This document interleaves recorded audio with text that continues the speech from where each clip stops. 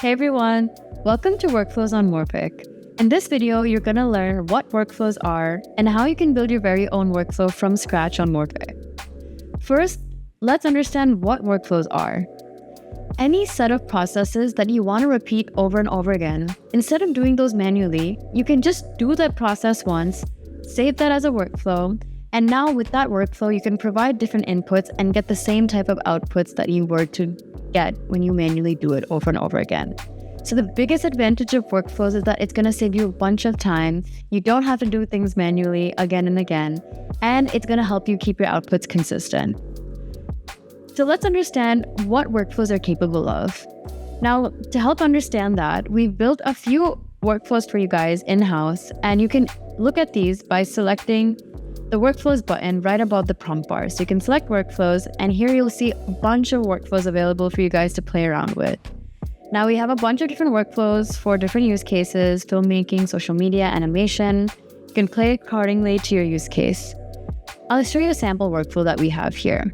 This one is called Perspective Studios. So essentially what this is going to do is take in an input image, and it's going to generate as many different perspective angles as you want it to. Now, instead of me manually having to type all of those, this workflow is going to do it in just one button. Let's see how it works. So I'm going to press Run Workflow. Now you can see workflows take an input from the user. So you can define those when you build your workflow, which I'll show you in a bit. So here it's taking in a reference image. I'm going to select this reference image I have here.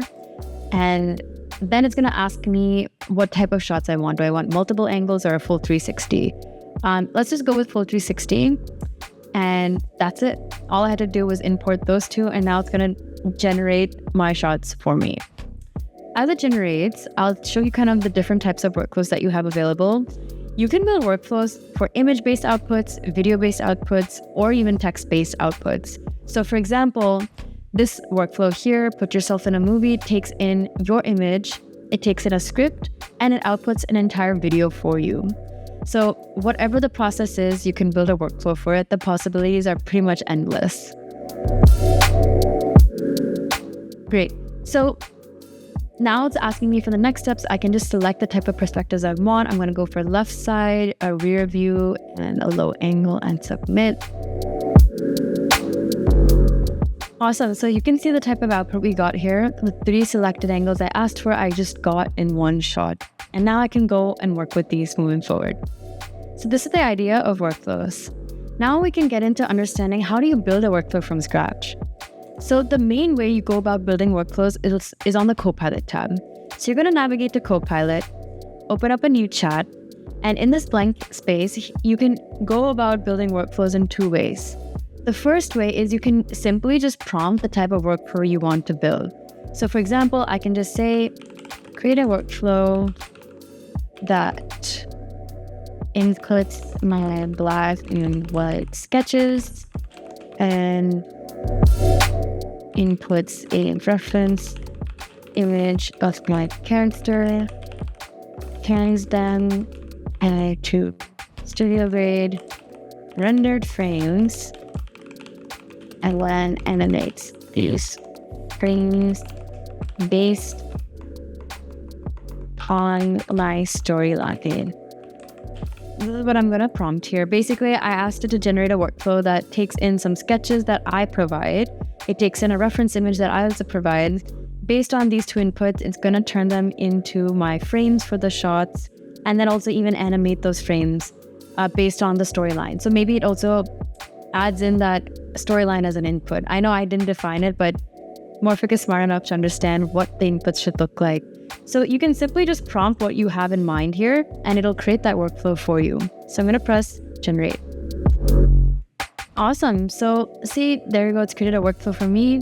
Now let's test it. We can just press run workflow right here, and it's going to run it for me. So there we go. It's taking my sketch inputs as a frame. So I can select some sketches here. Let's maybe select, let's say in my story, I have these 2. Let's put 3, done. Okay, next, character reference. We can use the guy we had earlier over here. And next, storyline.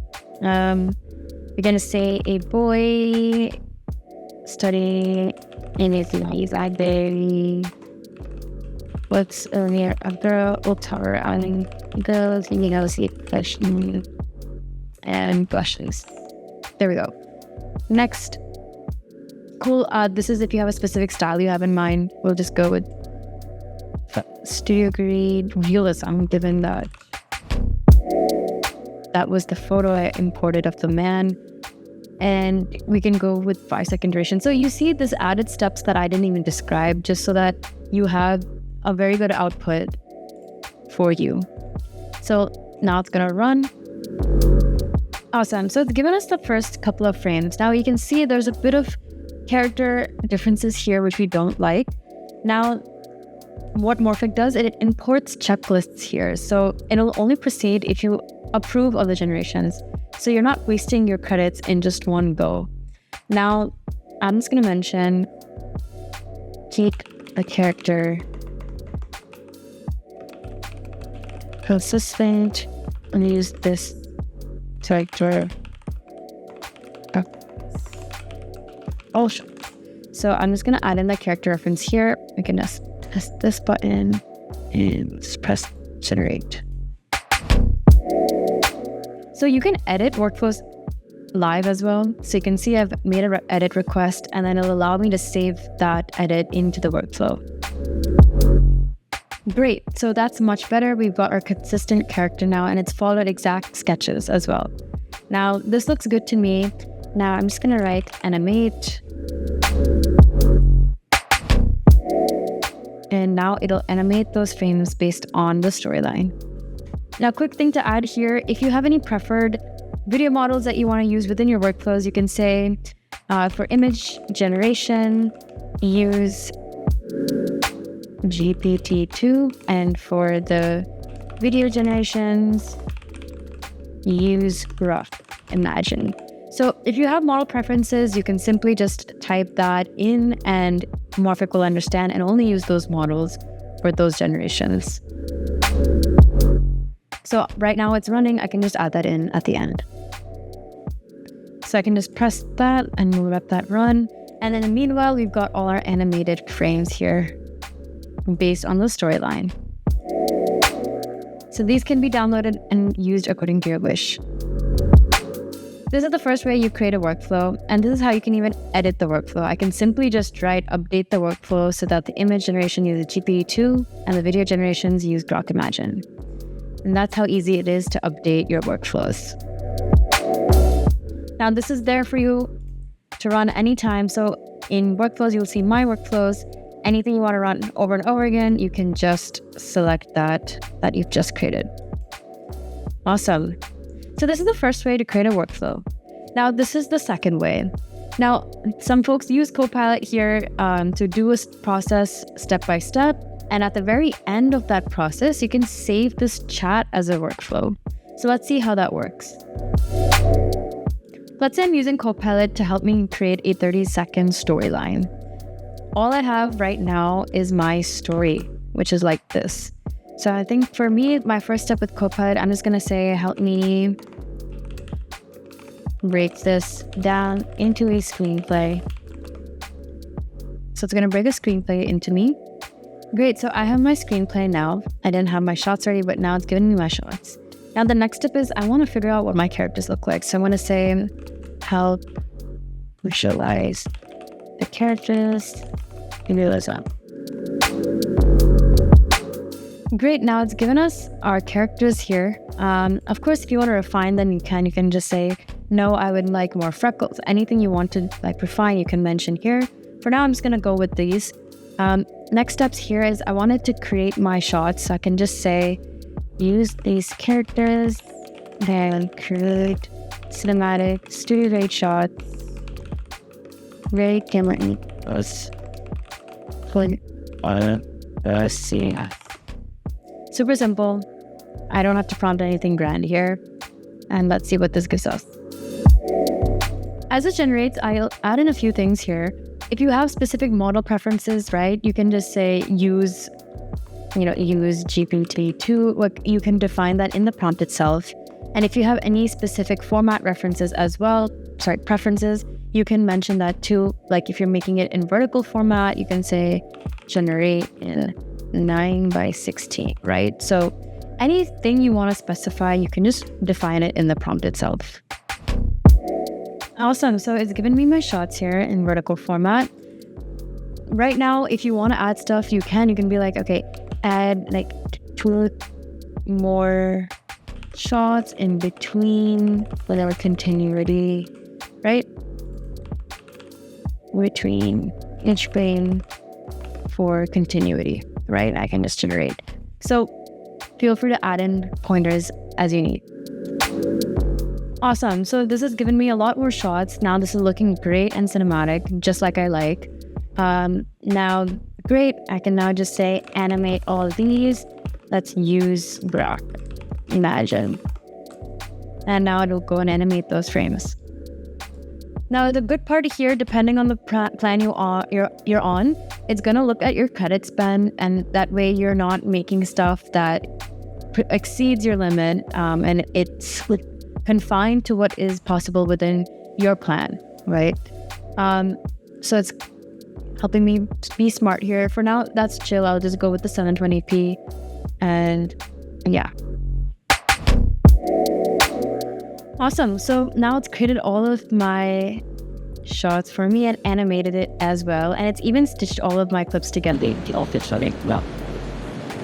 Of course, you can use these clips as you'd like, but that is basically my process as a creator. And this is how I work. You can do the same thing for how you work, right? So maybe in your case, you already come in with the characters. You don't have to generate them, and you go ahead and directly create shots. So you can go about your whole workflow once, like I just did here. And now if I want to make more and more episodes, I can just save this as a workflow. I can just say save as a workflow. And even though I've edited a few times in between, it'll understand that and refine that as the workflow itself. So you can see it's creating our workflow for us. Awesome. So it's created the workflow for us here.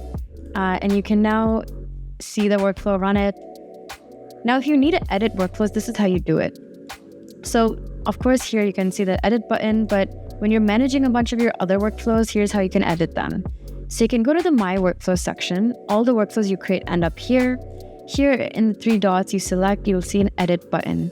You can press edit, and now you see the entire breakdown of how this workflow was built for you over here on the left side.